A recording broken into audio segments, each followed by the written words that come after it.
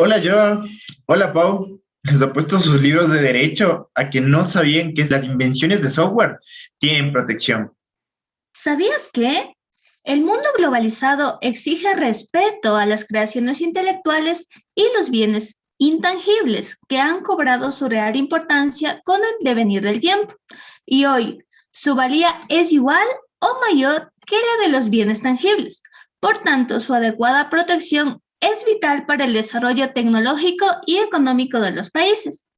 Los derechos de autor sobre software son claves en el proceso creativo de los desarrolladores, ya que ofrecen incentivos de reconocimiento, protección legal y derecho de explotación económica de los programas creados.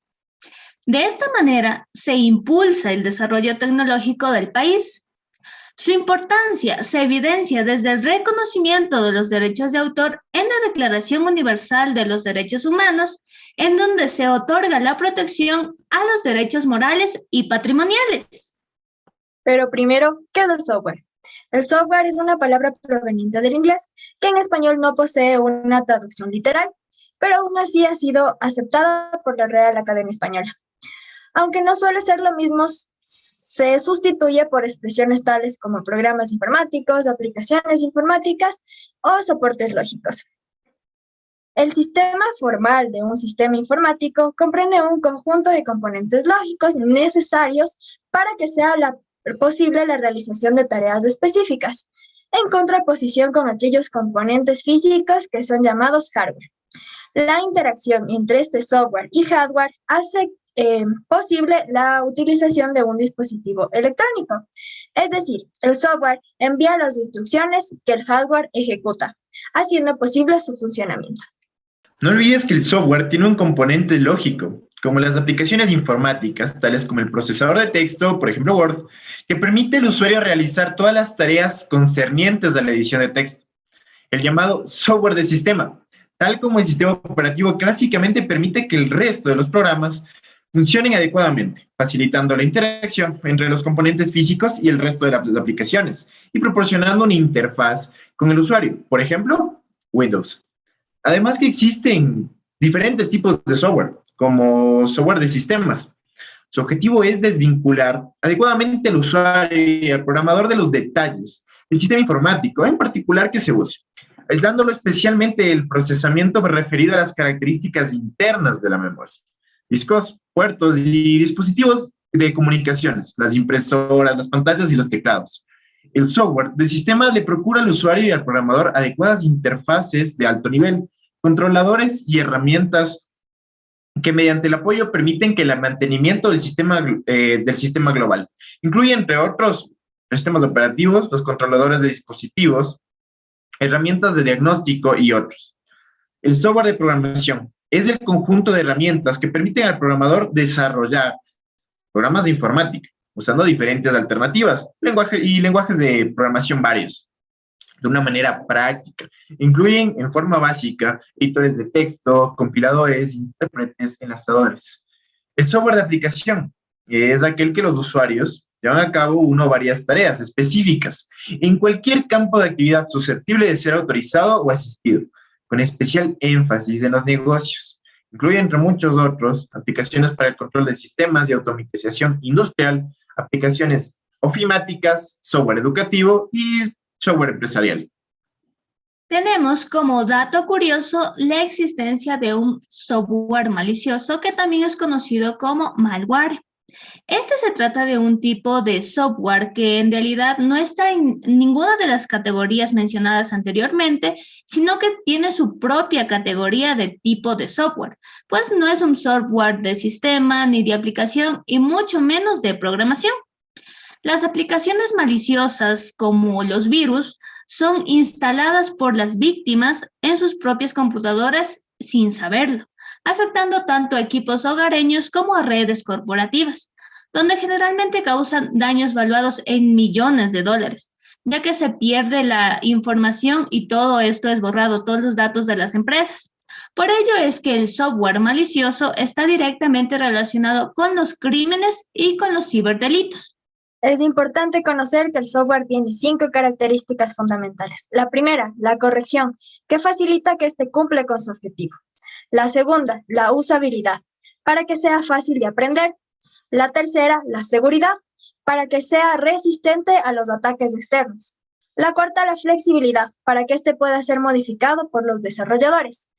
Y la última, la portabilidad, para que pueda ser utilizado dentro de diferentes dispositivos. Ahora, recordemos que estamos para aprender de derecho.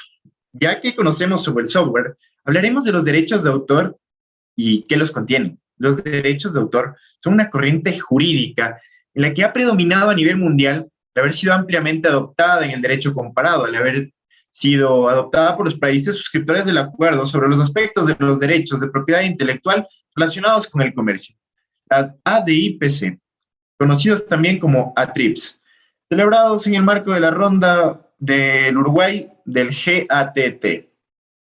Ante todo, es protegido por derechos de autor, ya que, primero, el sistema evita la dispersión legal de la creación de nuevos instrumentos jurídicos, evitando así la inseguridad jurídica que se produce con la introducción de nuevas normas, hasta que éstas poseen un sentido y alcance de las mismas. Se garantiza también la aplicación de un ordenamiento legal uniforme y conocido, ya que las normas y principios se rigen sobre derechos de autor, son conocidas y aplicadas a nivel mundial. La protección internacional del software está amparada tanto por el Convenio de Berna como el ADPIC.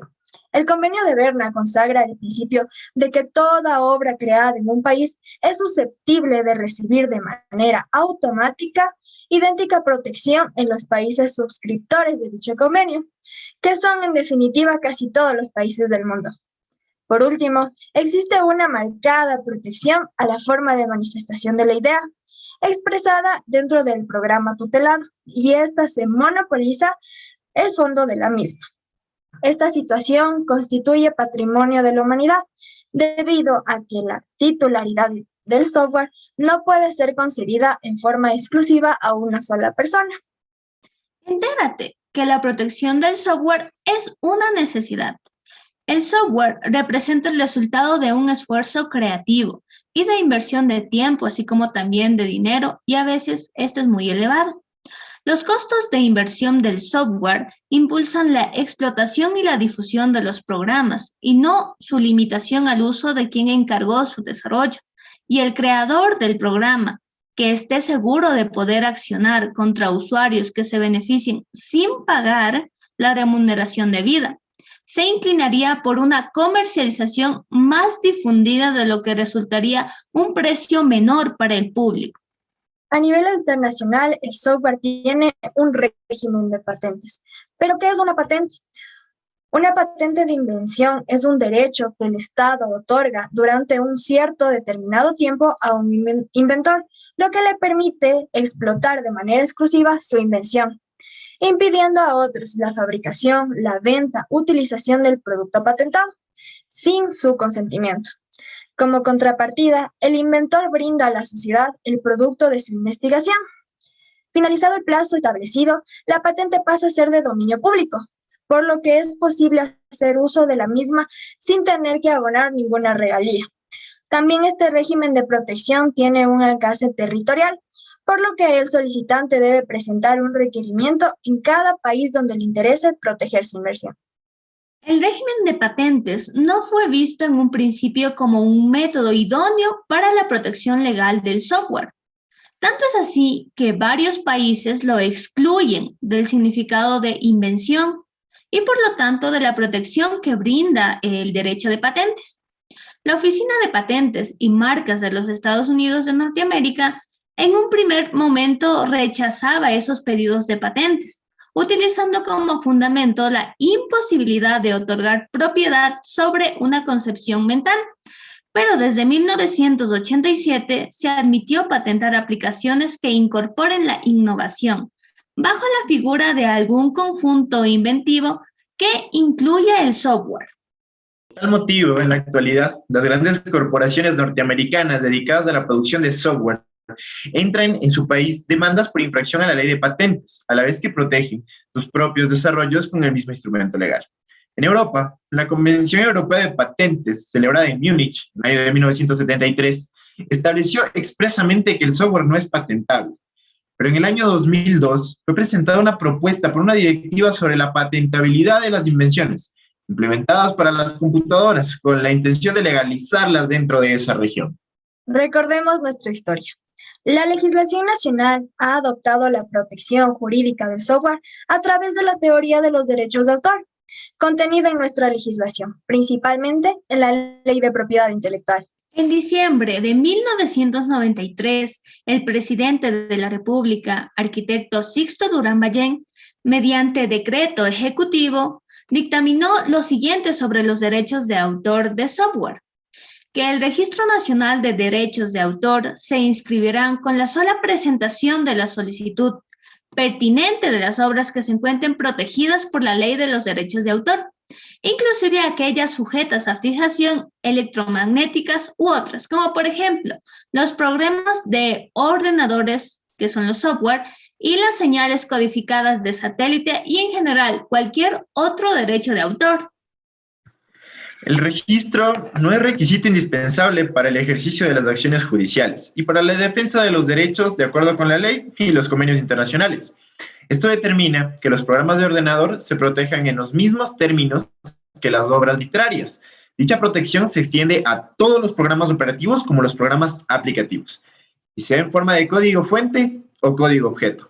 Aplicándose esto en concordancia con el Convenio de Berna, al cual se encuentra suscrito en nuestro país, hace referencia al derecho que tiene el autor para oponerse a cualquier tipo de modificación en su obra, sin perjuicio de ello. Los autores o titulares de los programas de ordenador podrán autorizar las modificaciones necesarias para su correcto funcionamiento. Además, se permite que el propietario de un ejemplar del programa de ordenador de circulación lícita podrá realizar una copia o una adaptación de dicho programa, siempre y cuando sea indispensable para la utilización del programa, o sea, con fines de archivo o con destino exclusivo para sustituir a una copia legítimamente adquirida, cuando ésta ya no pueda ser utilizada por algún daño o pérdida. No constituye reproducción ilegal de un programa de ordenador la introducción del mismo en la memoria interna del respectivo aparato para efectos de su exclusivo uso personal.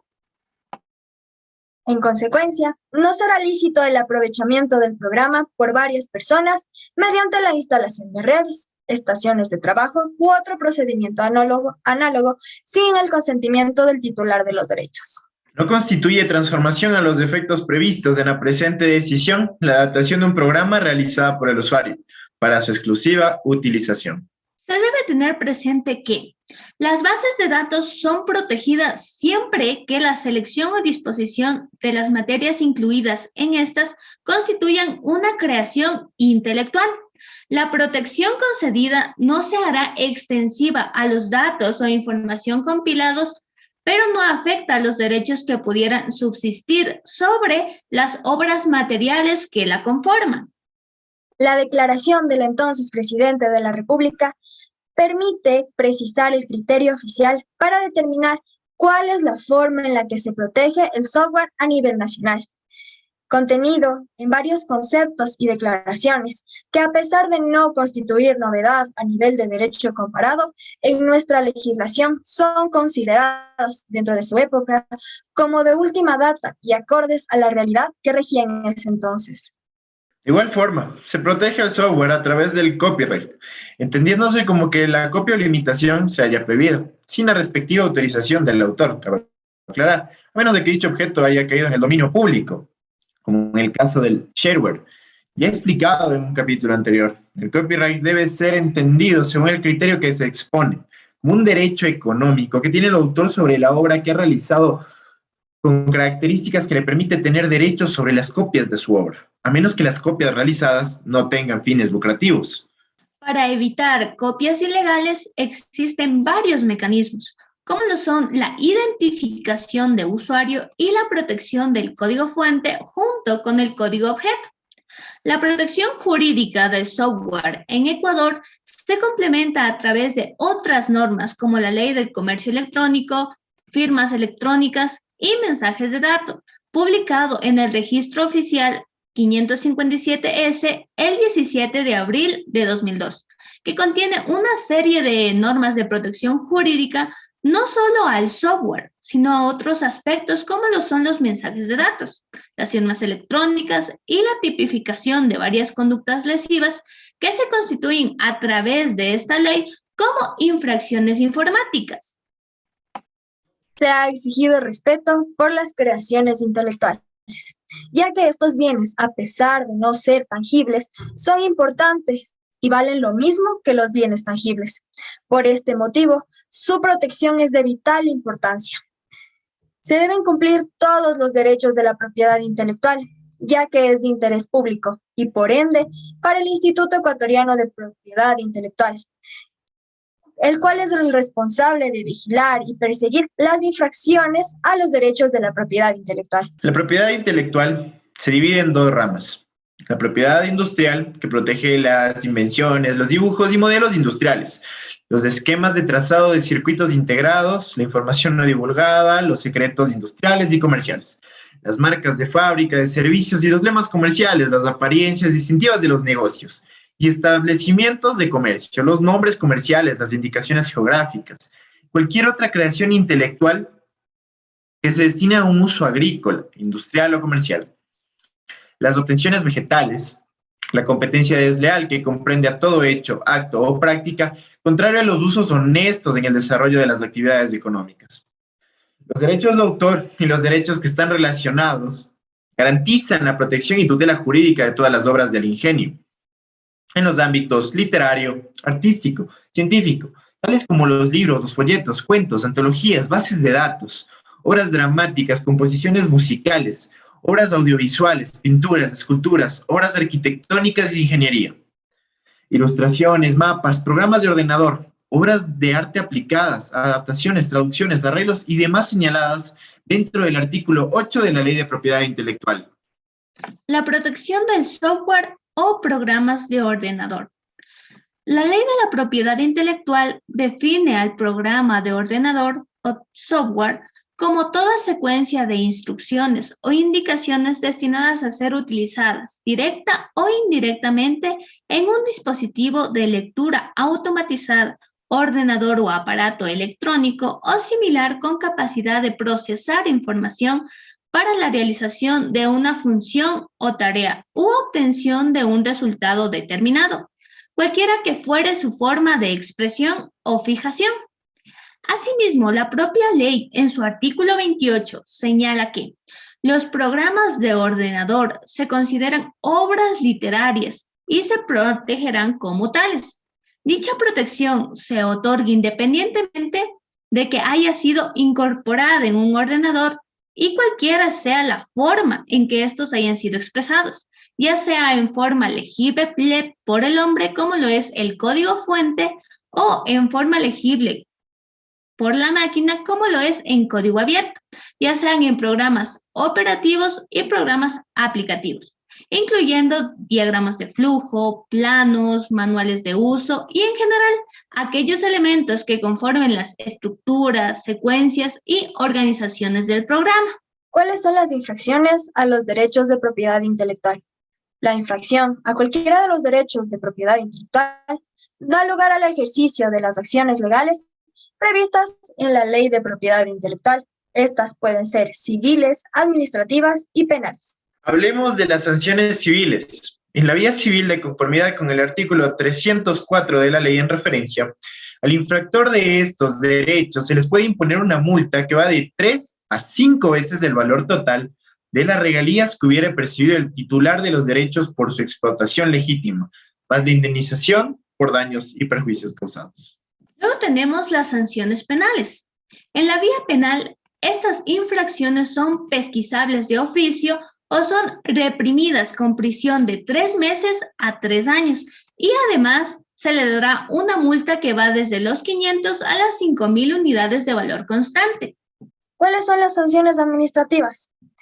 procede una multa que va de las 20 a las 700 unidades de valor constante y la adopción de cualquiera de las medidas cautelares previstas en la ley, como son el cese inmediato de la actividad ilícita, la suspensión de la utilización, exportación, venta, oferta, exportación, importación, reproducción, comunicación, distribución, según proceda, e incluso cualquier otra que evite la continuación de la violación de los derechos.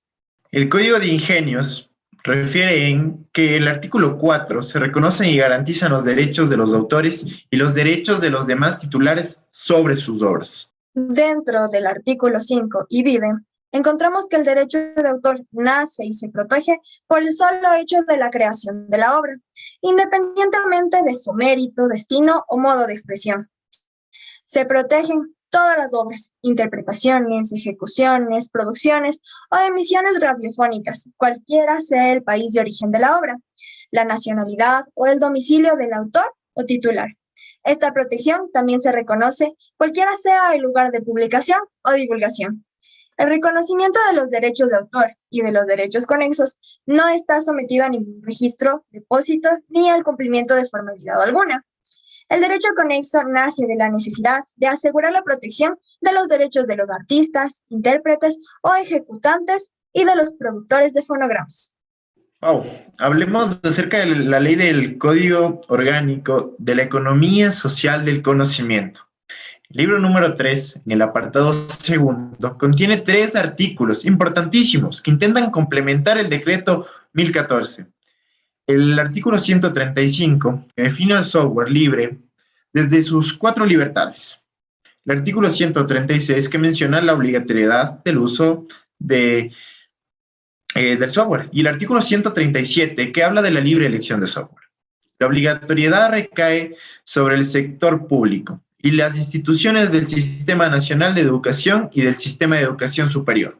En el caso de excepción, esta deberá ser sometida a autorización por medio de solicitud a la entidad rectora del Sistema Nacional de Contratación Pública.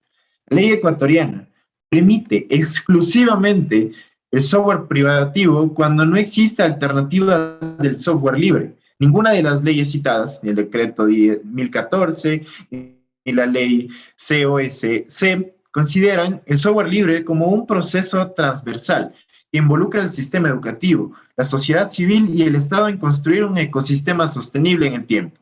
Pasando a la ley suprema de nuestro país, la Constitución de la República del Ecuador, del 2008, garantiza la soberanía nacional y se definen los sectores estratégicos, entre los cuales encontramos las tecnologías como el hardware y el software. Dentro del artículo 3, entendemos que son deberes primordiales del Estado garantizar y defender la soberanía nacional. Además, se garantiza el acceso a las tecnologías, la capacitación, su desarrollo y la integración regional. Al igual que en el artículo 16, nos dice que todas las personas, de manera individual o colectiva, tenemos derecho al acceso universal a las tecnologías de la información y comunicación. Continuamos con los desafíos a enfrentar. Por lo que puedo conocer, no todas las entidades de la administración pública han implementado el software libre o tienen una política clara de esto al respecto. A pesar de que el marco normativo proporciona herramientas legales como soporte para una migración, esta presenta salvedades que son más robustas que el mismo marco normativo. Como evidencia de esto, tenemos desde el 2008 que se emitió el decreto 1014, aún se pueden notar gastos millonarios en licencias privadas.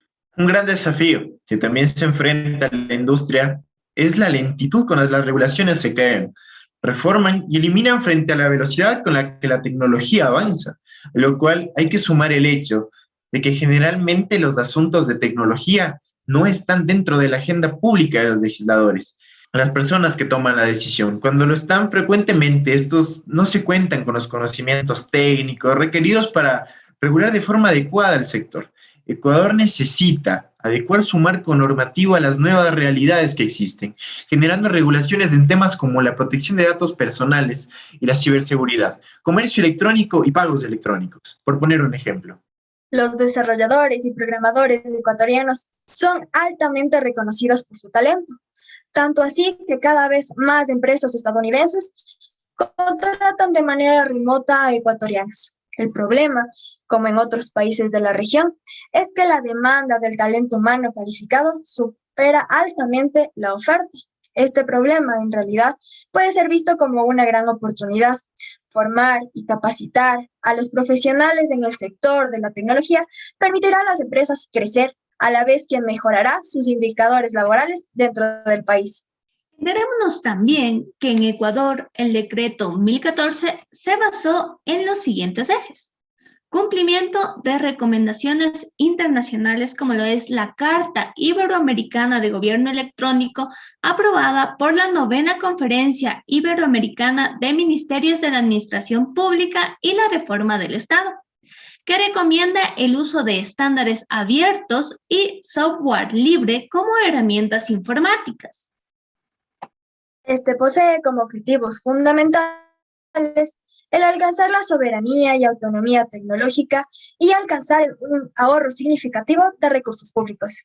Se decretó establecer como política pública la utilización de software libre dentro de los sistemas y equipamientos informáticos de las entidades de la Administración Pública Central, tomando como definición de software libre las 4 libertades promulgadas por Richard Stallman. Ahora que sabes todo sobre software, ¿te animarías a crear uno? Muchas gracias, compañeros, por su atención.